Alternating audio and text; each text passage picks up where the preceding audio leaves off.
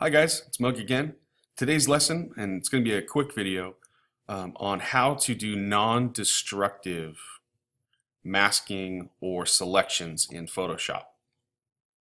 I see quite often a lot of beginners in Photoshop, and this was actually my case as well when I first started, excuse me, when I first started learning how to use Photoshop, and someone didn't tell me this for quite a while, that you can mask a selection that you've made as opposed to deleting pixels you don't want or erasing or clipping or cutting.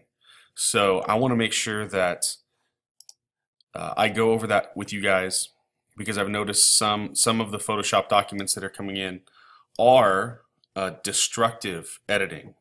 Okay, so as you'll see here, we have several layers, and again, the masking job was done very well and very clean. The problem is, if I zoom in here on this butterfly, we have this area, as you'll see on the wing on the right, we have this brown area of the wing. We also have another brown area of the wing that's missing here, and you'll see that you can tell because it's cut out right here. Okay, and it should exist all the way on the edge of this wing. Now, not to say that this isn't done well, because again, it's done fairly well, but once that's gone, it's gone. I can't get those pixels back. When I turn that on and off, that's all I have to choose from. If I hold down Command, or for those of you using a PC, Control, I'm going to click on my thumbnail for my layer here, and you'll see it selects my entire group of pixels for that layer.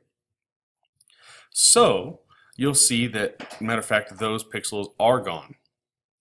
So how do we edit non-destructively? And non-destructively meaning we can get those pixels back whenever we want. So I'm going to deselect that by hitting Command or Control D. That's how you deselect something. And I'm going to show you how to do that, how to be non-destructive when you're selecting. So I'm going to do a very, very quick selection of this flower here as our example. I got my quick selection tool, and I'm going to select this flower.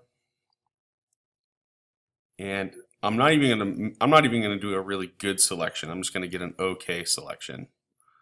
Because when we do non-destructive editing, we can always go back and fix it. That's not necessarily the best way to do it, and it's definitely not the best attitude to have about it, because you should always try to make good selections as best as possible the first time around. But for the purposes of showing you how to mask something, that's what we're going to do. And this is being a little unruly here, so give me a sec. I'm going to make this selection. Okay, so again, it's not perfect. You'll see here when I zoom in, I don't have every little corner selected. Okay, and I don't have these gaps selected, but I'm doing this on purpose so that I can show you how to mask.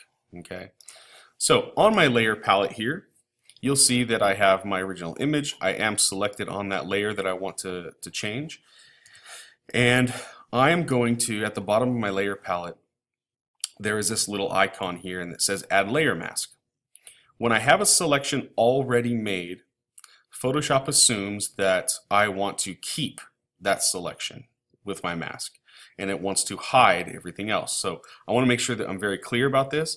When you're masking, you're not deleting anything and you're not erasing anything. All you're doing is hiding something for the time being so that you can go back and fix it, add to it, things like that. And you can also use blending options and all sorts of brushes, and there are a lot of things that we can do with it. So anyway, when we click on Add Layer Mask, you'll see that it extracts my flower. You'll also notice that on my layer palette, I've got this new thumbnail. This thumbnail is a representation of what is being shown and what's not being shown. Anything that's in white is being shown, and anything that's in black is not being shown. If I paint in black, it will hide anything on that particular selection as long as I'm on this layer. Now, let's make sure this is very, very clear, because this happens all the time with students.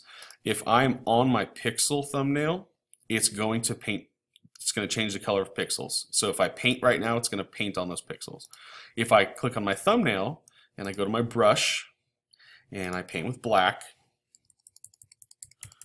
so just to make sure I have black as my foreground color, I'm on my mask, and it will hide and let me further make a better selection here.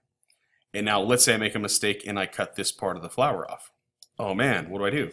Well, go back and get white, okay, on your palette, and I can paint that right back in.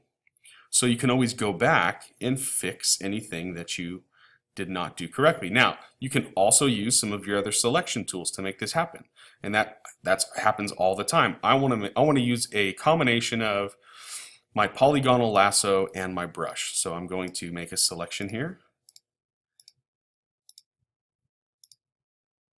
and I'm going to get nice and tight. So this is where the whole refining part comes in.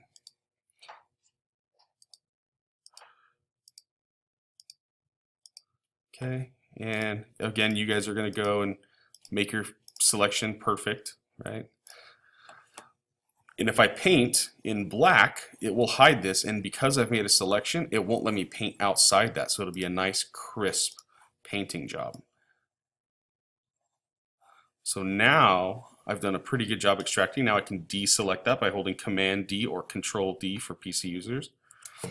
And I've done a very good job extracting. If you ever want to see what it looks like on the original background, you can always just disable your thumbnail. So I believe it's Control for Apple users, and I believe it's either Control or Alt for PC users. You're going to click on your little thumbnail and go to Disable Layer Mask, and you'll be able to see it on its original. And then you can just click on here and it'll bring it back to your mask. Okay, so that's your basic lesson on how to mask, as opposed to destructive editing or destructive destructive masking or selection making that deletes pixels, because we don't delete pixels when we mask. Okay, all right, see you in the next video.